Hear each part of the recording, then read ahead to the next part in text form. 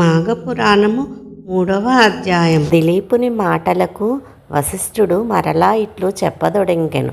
భూపాల, నేను తెలుపబోవు విషయము చాలా పురాతనమైనది. అది ఏమనగా, ఆనక సమయమున వింధ్య హిమాలయ పర్వతాల మధ్యనున్న ప్రాంతమున కాటకం కలిగెను. ఆ కరువు అన్ని వర్ణముల వారిని పీడించినది. ప్రజలకు తిండి లేదు, త్రాగుటకు నీరు లేదు. అంటువ్యాధులు ప్రబలి జనులు పశువులు చాలా నష్టపడినవి.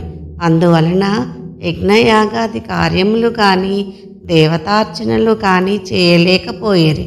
వనములనందు తపస్సు చేసుకును మునీశ్వరులు సహితం ఆ కరువుకు ఆహాకారములు చేసి ఆశ్రమములు వదిలి వలసపోవుచుంటిరి. అప్పుడు భృగు మహర్షి ఆ కరువు ప్రాంతంలోనే నివసించుచుండెను.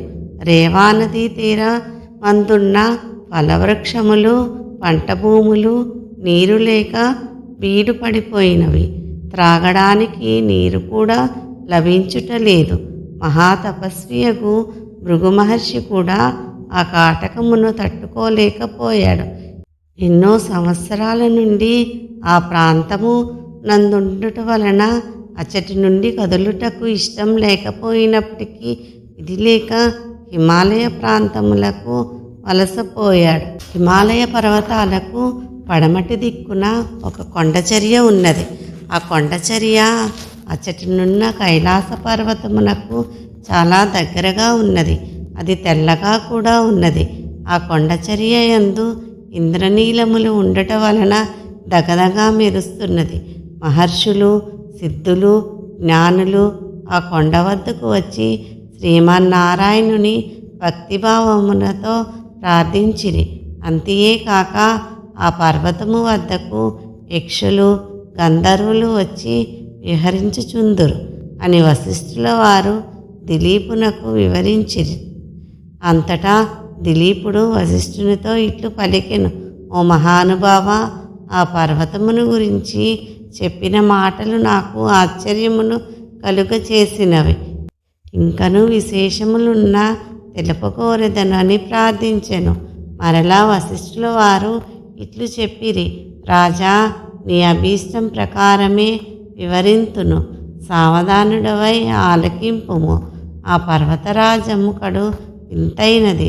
దానిపైనున్న వింత చెట్లు, పురాతన వన్యమృగములు, అనేక రకముల పక్షులతో ఉన్న ఆ పర్వతము 30 యోజనముల పొడవు కలిగి 10 యోజనములు ఎత్తు కలదై అలరారుచుండెను. అటువంటి పర్వతము వద్దకు భృగు మహర్షి వచ్చి ఆ సుందర నయనానందకరమగు దృశ్యములను చూచి సంతోషించాడు. తాను తపస్సు చేసుకునుటకు అదే మంచి అనుకూలమైన స్థలమని నిర్ణయించి ఆశ్రమము కట్టుకుని తపస్సు చేసుకొనుచుండెను. అట్లు కొంతకాలం గడిచిపోయెను. ఒకనాడు ఒక గంధర్వ యువకుడు భార్య సమేతుడై ఆ పర్వతం మీదకు వచ్చి తపమాచరించుకొనుచున్న భృగు మహర్షిని గాంచి నమస్కరించి గద్గద స్వరంతో తన వృత్తాంతమును ఇట్లు తెలియచేశాను. గంధర్వ యువకుని వృత్తాంతము. భృగు మహర్షి, నా కష్టమును ఏమని వింతును. నేను పూర్వజన్మలో చేసిన పుణ్యఫలము వలన నాకు స్వర్గము ప్రాప్తించినను పులి ముఖము నాకు కలిగినది.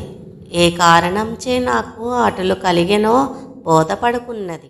ఆమె నా భార్య అతి రూపవతి, గుణవంతురాలు, మహాసాధ్వి. ఈ నా వికృత రూపము వలన ఎందుకు పనికిరాని వాడినైతిని. కాన నా ఈ రూపమునకు కారణమేమియో వివరించి నా మనోబాధను తొలగింపచేయుడు అని పరిపరి విధములా ప్రార్థించెను. భృగు మహర్షి గంధర్వుని దీనాలాపము ఆలకించెను. అతని వృత్తాంతము వినగానే ముని హృదయము కలిచివేసినట్లయినది. ఆ గంధర్వుని ఎటులైనను తన శక్తి కొలది సాయము చేయవలయునని నిశ్చయించుకొని ఇట్లా నేను, ఓయి గంధర్వ కుమార, నీవు అదృష్టహీనుడవు. అదృష్టహీనత వలననే నీకు కష్టదాస కలిగింది. పాపం, పేదరికం, దురదృష్టం అను మూడును మనుజుని కృంగదీయును. ఈ మూడింటిని నివృత్తి చేసుకొనవలెనన్న మాఘమాసి స్నానమే పరమ ఔషధము. అన్ని జాతుల వారును ఆచరించవలసిన పరమపావనమైన మార్గం. కావున నీవు నీ భార్యతో కూడా పర్వతము నుండి ప్రవహించుచున్న నదిలో స్నానము చేయుము. అదినుగాక ఇది మాఘమాసము కదా, వెళ్ళబోయిన తీర్థం ఎదురైనట్లు అన్నీ సమకూడుతున్నవి. ఈ రోజుతో నీ కష్టములు తొలగిపోవును, నీ మనోవాంఛ తీరును. భయపడకుమని మాఘస్నాన ఫలము గురించి వివరించెను. ఆ గంధర్వుడు భృగు మహర్షి ఉపదేశమును శ్రద్ధగా వినెను. తన భార్య కూడా మునీశ్వరుని వచనములు ఆలకించి సంతోషించెను. ఆ మహర్షి చెప్పిన విధంగా గంధర్వుడకు భార్యా సమేతుడై ఆ దాపుననే ప్రవహించుచున్న నదిలో స్నానము చేసెను.